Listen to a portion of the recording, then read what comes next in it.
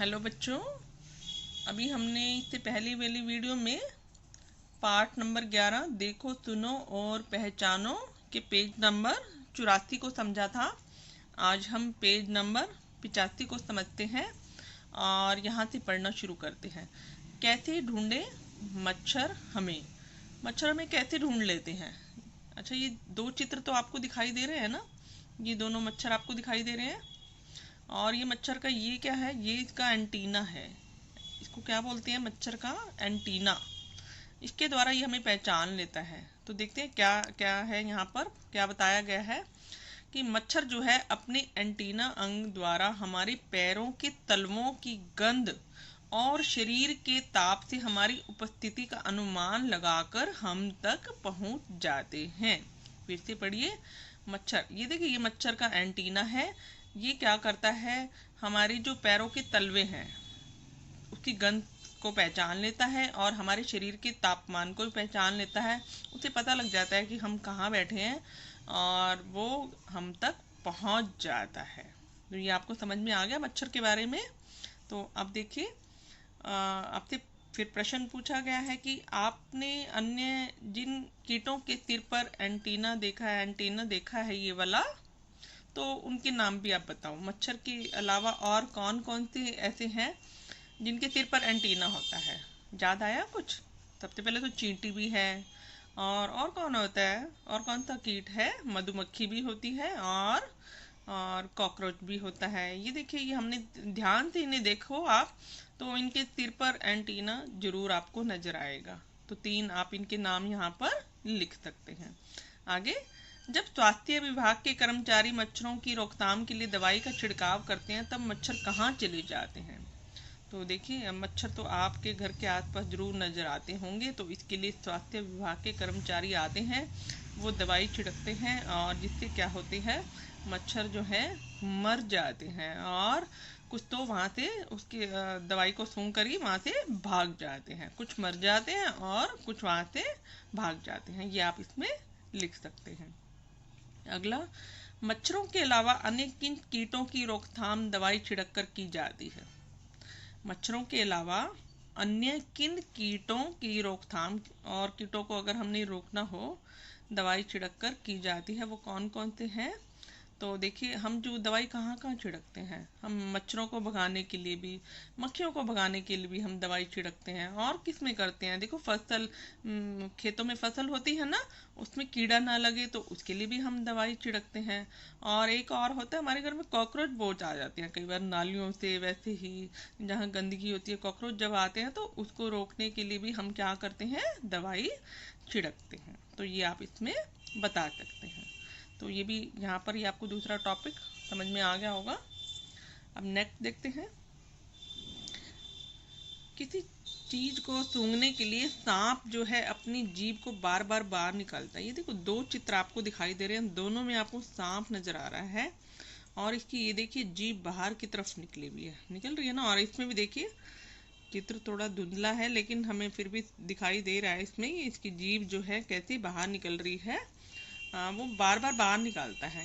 क्यों निकालता है? किसी चीज को सूंघने के लिए। सांप अपनी जीभ को बाहर क्यों निकालता है? किसी चीज को सूंघने के लिए। और उसके सामने वाले जो दांत होते हैं ना, उसके पीछे 2 छिद्र होते हैं, छेद होते हैं उसके पीछे। कहाँ पर? उसके दांतों के पीछे।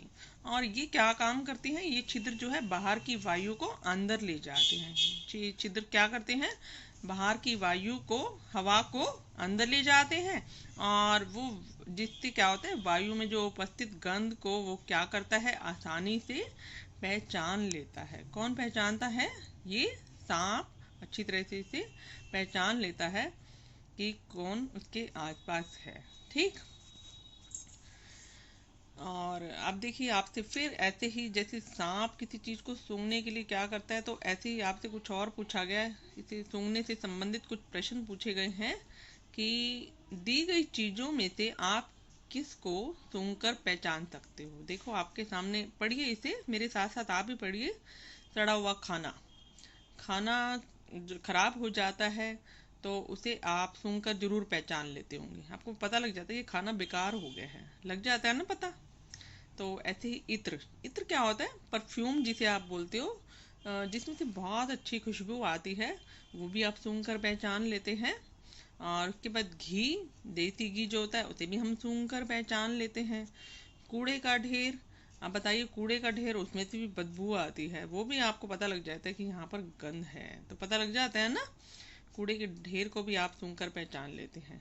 और गेहूँ, गेहूँ को शायद हम सूंघ कर नहीं पहचान सकते, तो गेहूँ को आप सूंघोगे आपको इतना पता नहीं लगेगा, ठीक है, तो गेहूँ को हम क्रॉस कर देंगे।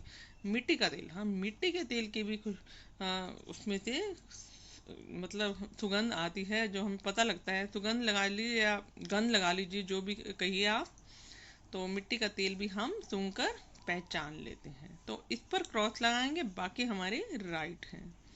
ये प्रश्न आपको समझ में आ गया होगा। और भी चीज़ें हो सकती हैं जिसे आप सूंघ कर पहचान सकते हैं, उनके नाम भी आप यहाँ पर लिख सकते हैं। आगे देखिए, ऐसी और कौन सी चीज़ें हैं जिन्हें आप सूंघ कर पहचान सकते हैं, बताइए। और जब मैं यहीं आपको कह रही थी और ये अगला प्रश्न यहीं पर आ गया, तो क्या है ऐसा कुछ। तो देखिए, आप हलवे को पहचान लेते होंगे। सबसे पहले तो हलवा जब बनता है घर में, तो हमारे नाक में बड़ी अच्छी सुगंध सी आती है, और हम कहते हैं अरे मम्मी आज आपने हलवा बनाया है, पता लग जाता है ना, आप कितनी भी दूर बैठे हो। तो सबसे पहले हलवा। और बताइए, गुलाब का फूल भी आप सूंघ कर पहचान सकते हैं। दो चीज़ें हो गई, और बताओ और क्या कर सकते हो, जो भी और आप सूंघ कर पहचान, आप खुद देखिए कौन कौन सी चीज़ें सूंघ कर पहचान सकते हैं, उनके नाम आप यहाँ पर लिख सकते हैं। फिर आगे देखिए, ये तो होते हमने सूंघ कर पहचाना था। आप देखिए, जानवर हमारे सामने कौन सा आया, कुत्ता। कुत्ते की जो सूंघने की शक्ति होती है बहुत तीव्र होती है, तीव्र यानी तेज होती है। और जो पुलिस होती है और जो सेना होती है, वो कुत्ते को आपने देखा होगा अपने साथ रखती है। वो किस लिए रखती है अपने साथ, अपराधियों को पकड़ने के लिए। अपराधी कौन होते हैं, जो गलत काम करते हैं, अपराधी कहलाते हैं। और उनको पकड़ने के लिए पुलिस और सेना क्या करती है, कुत्तों का सहारा लेती है, कुत्तों का सहयोग लेती है। अब आगे देखते हैं, हाँ हम अगले पेज पे क्या आता है, पेज नंबर 86। कैसे सुनता है इनको। अब देखिए, राजू ने अपने घर में कुत्ता पाल रखा है, और यदि कोई उनके घर बिना आवाज किए आता है तो वो तुरंत भौंकने लगता है। ये तो आपने अपने आसपास भी देखा होगा, किसी ने अगर कुत्ता पाल रखा है तो आप उसके घर में जाते हो तो वो एकदम आपको देख के भौंकने लगेगा, है ना। तो हम जिन मंद मंद मीन बिल्कुल धीमी या तेज आवाजों को जिनको नहीं सुन सकते, ये जो कुत्ते हैं, मोर हैं, चमगादड़ हैं, ये बहुत ही आसानी से इन आवाजों को सुन लेते हैं। देखिए इनके बारे में क्या बताया गया है कि ये जो है, चाहे कितनी भी धीमी आवाज हो या तेज आवाज तो है ही है, धीमी आवाज हो उसको बहुत आसानी से सुन लेते हैं। कौन कौन, चमगादड़, कुत्ते और मोर। तो ये देखिए, पुलिस का पुलिस जो है वो कुत्ते को अपने साथ लेकर किसी वस्तु को सूंघवा रही है, देख रही है कि वो कुत्ता बताएगा कि इसके अंदर क्या है, ठीक है।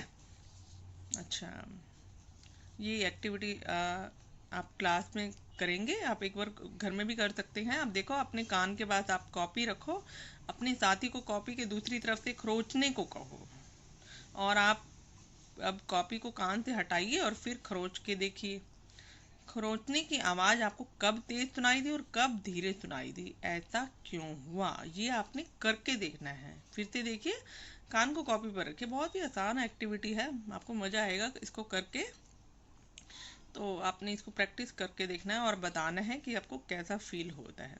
तो बच्चों, इसी वीडियो में हम इतना ही पढ़ेंगे, अगली वीडियो में हम आगे के पार्ट को समझेंगे।